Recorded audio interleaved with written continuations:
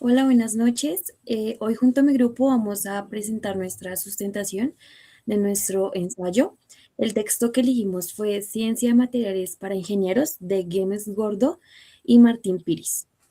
Bueno, para introducir, nosotras como próximas ingenieras industriales sabemos que los materiales son fundamentales para el desarrollo de máquinas, de productos y de muchas estructuras que usamos en nuestro diario vivir y en todos los procesos industriales. La selección de cada uno de estos materiales no solo depende de lo económico ni tampoco de su apariencia, sino que también depende mucho de la capacidad de resistencia que éstas tengan en diferentes situaciones y sobre todo que no nos fallen.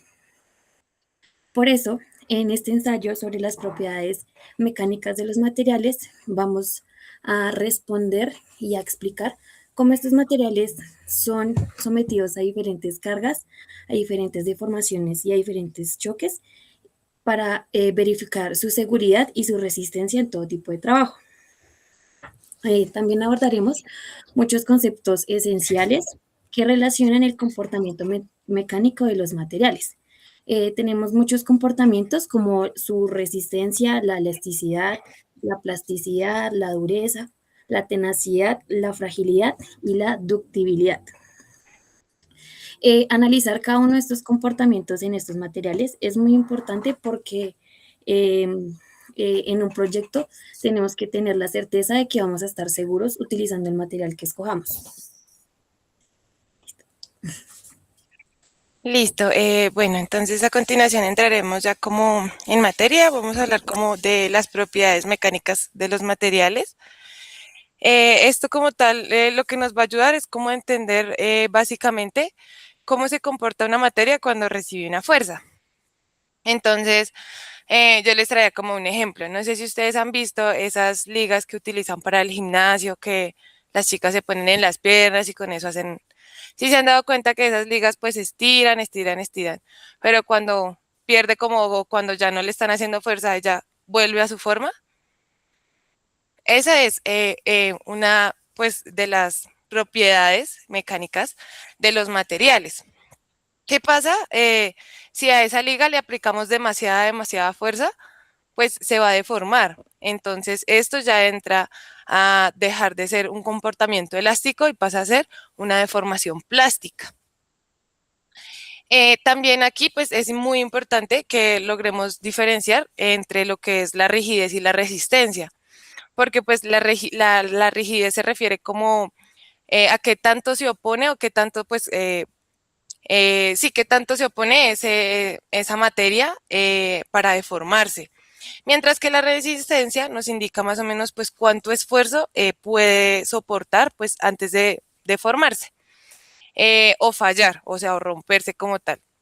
Por ejemplo, pues una pieza de acero puede ser que sea muy, muy rígida, muy, muy dura, casi indestructible, por decirlo así, ante una carga, digamos que antes de hacerle como mucha fuerza a esto, pues no se va como a deformar muy fácilmente, o sea, tendría que ser algo. Por otro lado, también encontramos la ductibilidad, como lo mencionaba mi compañerita, y la fragilidad. Un material puede ser dúctil, pero puede también deformarse bastante antes de romperse.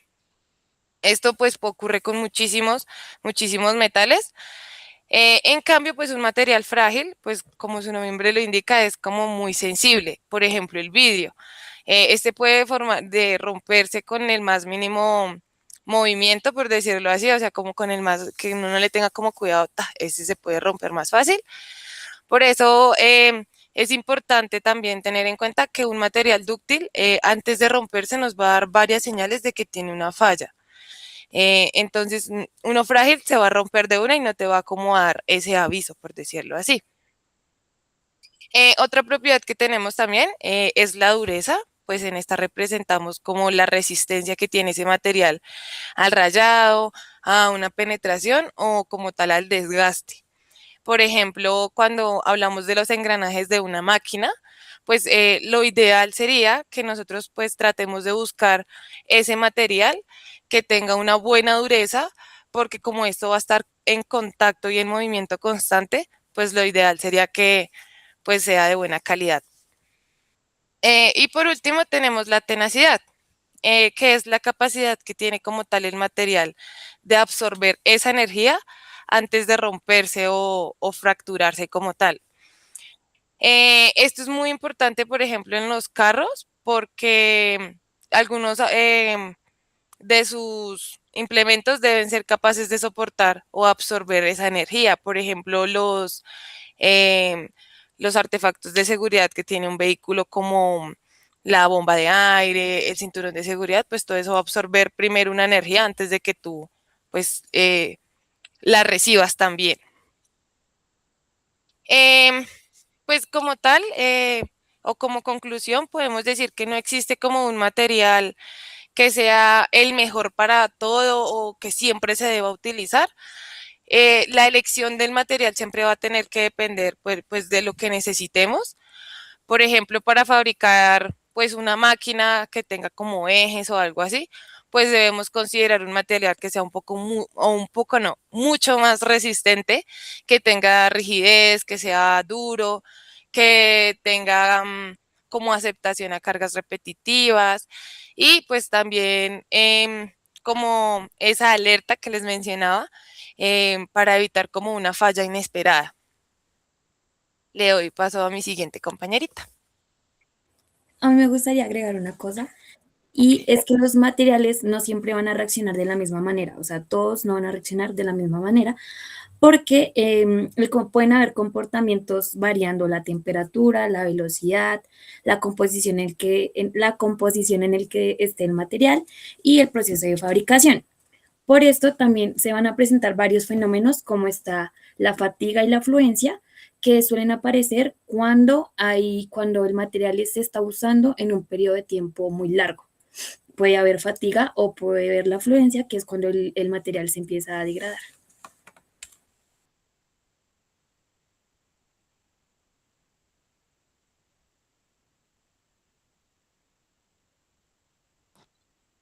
Listo, entonces nosotros también como fuente académica, como para complementar todo, utilizamos el artículo de Chen et, publicado en el 2025 en la revista Science. El artículo estudia las propiedades mecánicas de una aleación y analiza qué sucede cuando se agregan pequeñas, digamos, cantidades como de cobalto o de níquel, que digamos que indica lo que decía mi compañera María Paula y lo que decía mi compañera Vanessa, como que para poder saber cómo podemos utilizar el material para que no se deforme y cómo le podemos agregar ciertas cosas como para que siga su vida útil. En esta investigación lo utilizaron con cálculos de primeros principios de estudio del material, donde daba la rigidez, la dureza y principalmente la tenacidad a la fractura. Uno de estos resultados más importantes fue que agregaron cobalto en determinados lugares de la estructura del material que aumentó su resistencia a la propagación de grietas. ¿Sí? Donde hubo una aleación original que tenía una tendencia de fractura de 1,964 megapascales por raíz de metro. Mientras que con el cobalto llegó hasta 2000,043 megapascales. En conclusión, el artículo nos demuestra que modificando la composición y la estructura del material pueden cambiar sus propiedades mecánicas y que elegir correctamente el elemento que se incorpora puede ayudar como a desarrollar el material y que sea un poco más resistentes, como para complementar. Digamos, este artículo complementa bastante pues lo que dice el libro como tal, como que se compacta.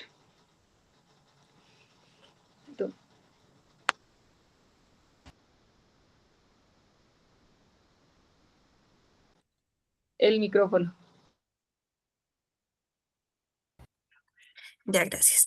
Para finalizar, yo les quiero hablar sobre la síntesis final.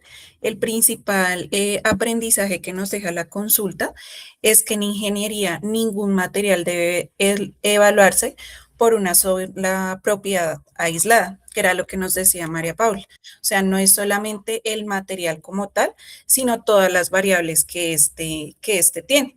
Entonces podemos ver el comportamiento de un material ante cualquier fuerza externa. Este depende de cómo interactúa entre sí, su elasticidad, su plasticidad, la resistencia, la rigidez, la dureza, la tenacidad. Un error muy común es pensar que el material solamente como por ser resistente ya automáticamente va a ser un material rígido o pues que va a aguantar como más.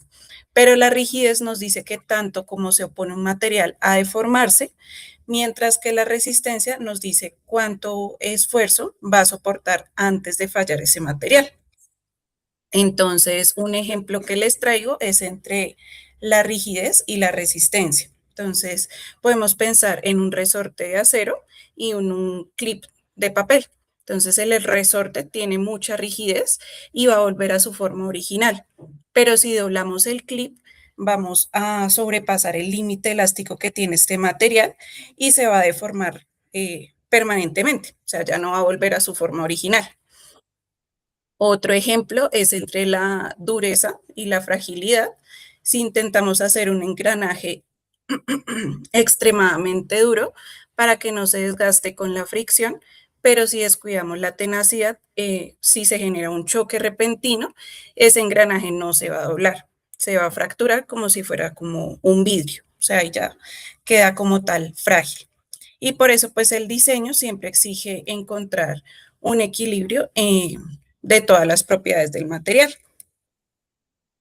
Y en conclusión, la correcta interpretación de las propiedades mecánicas nos va a permitir pasar de la teoría a la práctica, asegurando que los productos y los equipos en el entorno industrial sean eficientes, sean rentables, sean seguros y con una vida útil que pues nos garantice como tal el correcto funcionamiento del material. También podemos concluir que para seleccionar los materiales no nos tenemos que basar en solo una propiedad, sino que tenemos que analizar todo lo que tiene ese material para que en un futuro, al realizarlo y aplicarlo en un proyecto, pues no vamos a, pues, a tener fallas ni errores.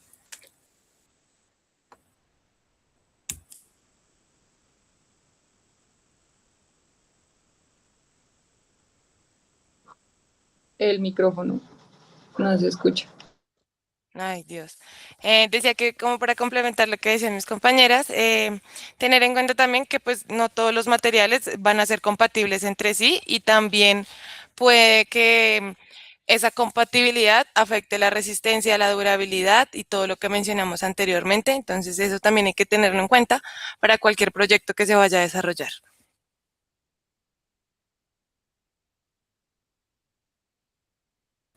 Listo, muchas gracias, profe. Espero te haya gustado y hayas entendido.